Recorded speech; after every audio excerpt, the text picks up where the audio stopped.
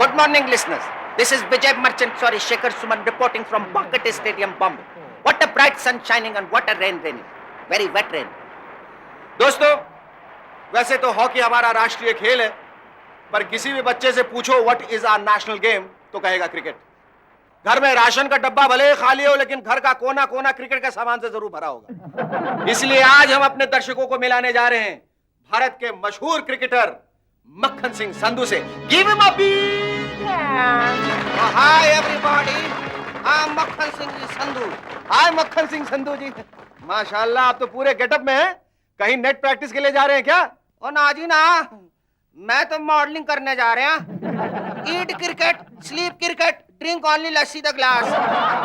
Joke joke. मेरे कपड़े, टोपी, बैट, पैड, हेलमेट सब स्पॉन्सर्ड हैं। मैं चलता फिरता कमर्शियल हूँ। अच्छा मक्खन सिंह जी, आप भारतीय टीम के साथ इंग्लैंड के दौरे पर जा रहे हैं ना? ओ ना जी ना, मुझे तो यहाँ पर एक इम्पोर्टेंट मैच खेलनी है। अच्छा अच्छा, इंडियन टीम के दौरों से इम्पोर्टेंट कौन सा मैच है? ओ जी, हमारे मोहल्ले का टेस्ट मैच। इंग्लैंड की पता हारे जीते, पर मोहल्ले का मैच तो हमने जीतना ही जीतना है। क्यों? वो अंपायर साडा मामा है। बोलो जी बोलो, आप पूछो आप पूछो। वैसे आप जब टीम में खेलते थे तो रोज कितने घंटे प्रैक्टिस करते थे? लो जी, हारने के लिए प्रैक्टिस की लोड है। वैसे विदेशों में जाकर कोई शारजा कप जीत के ले आता है, कोई man of the match series, कोई मैन ऑफ द मैच ले जाता है। आपको विदेश से खाली हाथ लौटते कुछ लगता नहीं? और देख यार, तू मेरी इंसल्ट कर रहा है।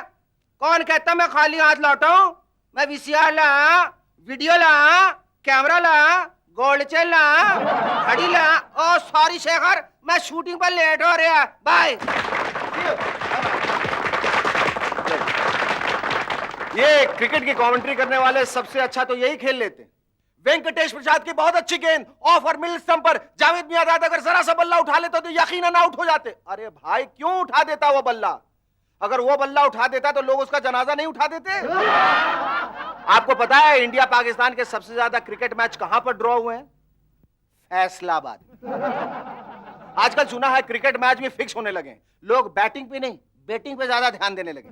कल्पना कीजिए, इंडिया पाकिस्तान के मैच के आखिरी दिन पाकिस्तान को जीतने के लिए सिर्फ 10 रन की जरूरत है। 3 बॉल बाकी हैं। पवेलियन में बैठे पीटर ने अजीत साहब से पूछा, बॉस बॉलर के लिए क्या हुक्म है? बॉलर से कहो लेग ब्रेक बॉलिंग करे। बॉलर ने लेग ब्रेक डाली, इमरान ने चौका मार दिया। 2 बॉल और 6 रन बाकी। पीटर ने पूछा, बॉस अब बॉलर के लिए क्या हुक्म है? बॉलर से कहो गोगली डाले। इमरान का एक और चौका, सिर्फ 2 रन बाकी और last ball of the match. Peter ने पूछा, बॉस अब बॉलर के लिए क्या हुक्म है? अब बॉलर से नहीं, इमरान से कहो कि उसकी मां हमारे कब्जे में। बस जी, bowler man of the match हो गया।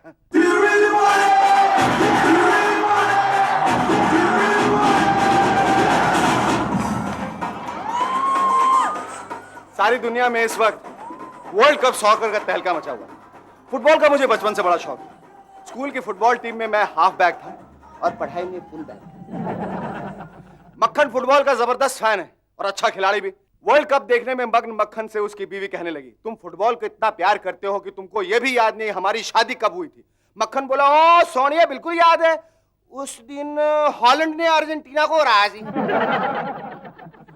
उस दिन मक्खन जी ऑफिस में लेट पहुंचे। बॉस गुर्रा, 1 घंटा लेट क्यों आए हो? मक्खन कहने लगा, और जी मैं फुटबॉल मैच खेलते हुए गिर गया था। बॉस ने कहा, बको मत, गिरने में क्या 1 घंटा लगता है? मक्खन जी बताने लगे, सर नाराज मत होइए, कल तो मैंने गोल करने में सारे रिकॉर्ड तोड़ दिए। बॉस बोला, बड़ा ही वाहियात खेल है, रोज कुछ ना कुछ टूटता ही रहता है। कल मेरा बेटा टांग तोड़ा कर आया था। चोट तो मक्खन जी को भी लगी थी। पट्टी करवाने क्लिनिक में पहुंचे। उनसे पहले एक और खिलाड़ी पट्टी करवा रहा था। वो दर्द से खूब चीखा चिल्लाया।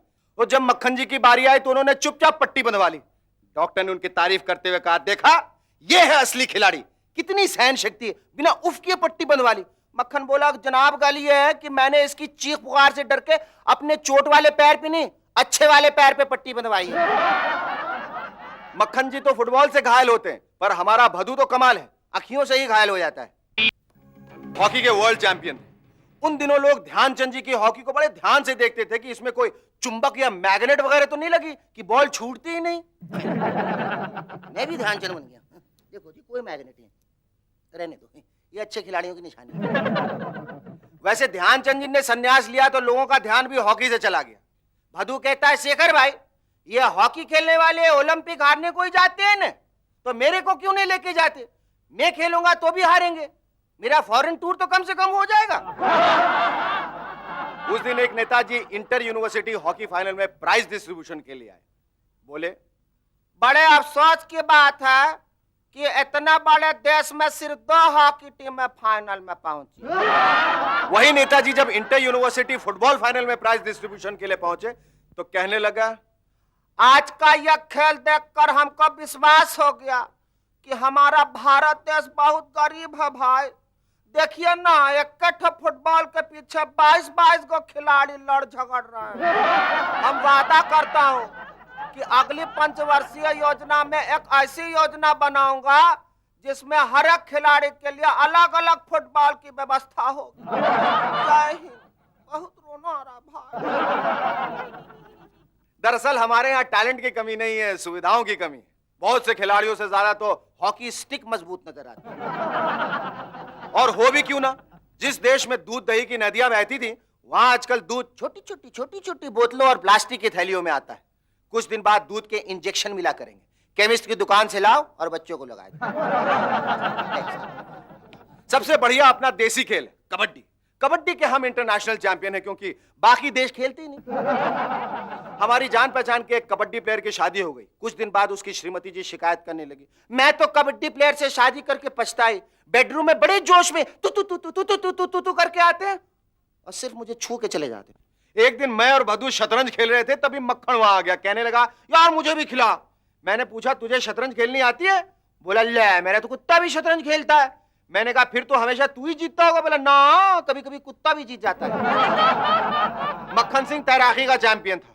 एक दफा उसने 22 मील लंबी इंग्लिश चैनल क्रॉस करने की ठान ली। सोचा दुनिया भर में नाम हो जाएगा। पूरे फैन फेयर के साथ तैरना शुरू किया। 22 मील तैरना था। आधे रास्ते यानी 11 मील पहुंचकर उसे लगा कि पूरे 22 मील दूर फ्रांस के किनारे तक नहीं पहुंच पाएगा, इसलिए 11 मील तैरकर वापस आ गया। हमारे एक मित्र है सुब्रमण्यम। मैंने उससे पूछा, सुबू सुना है तूने अपनी बीवी को रमी खेलना सिखा दिया? बोला, यस सर। वो क्या है ना सर, वो पहली तारीख को हमारा पूरा सैलरी ले लेती थी। अब मैं रमी में आधी सैलरी वापस जीत लेता हूँ। पिछली दफा शारजा में पाकिस्तान की टीम इंडिया से हार गई तो वहां की पब्लिक भड़क रही थी। हारे हुए खिलाड़ी चुपचाप घरों में दुबक के बैठे। 2-3 दिन बाद अकरम औरत का भेष बदल के बाजार से निकला तो फौरन एक औरत ने उसे पहचान लिया। अकरम अकरम। बेचारा घबरा के वापस घर आ गया। दूसरे दिन थोड़ा और मेकअप लिपस्टिक चेंज करके अकरम निकला तो फिर वही खातून टकरा गई। बोले, हेलो अकरम। अकरम ने कहा, मोहतरमा तू मुझे पहचान कैसे लेती हो? वो बुर्का उठाते हुए मोहतरमा बोली, पहचानूंगी कैसे नहीं, मैं भी औरत नहीं मोहसिन खान हूँ। अकरम कहने लगा, भाईजान बुर्का नीचे करो, इस राज को पर्दे में रहने दो।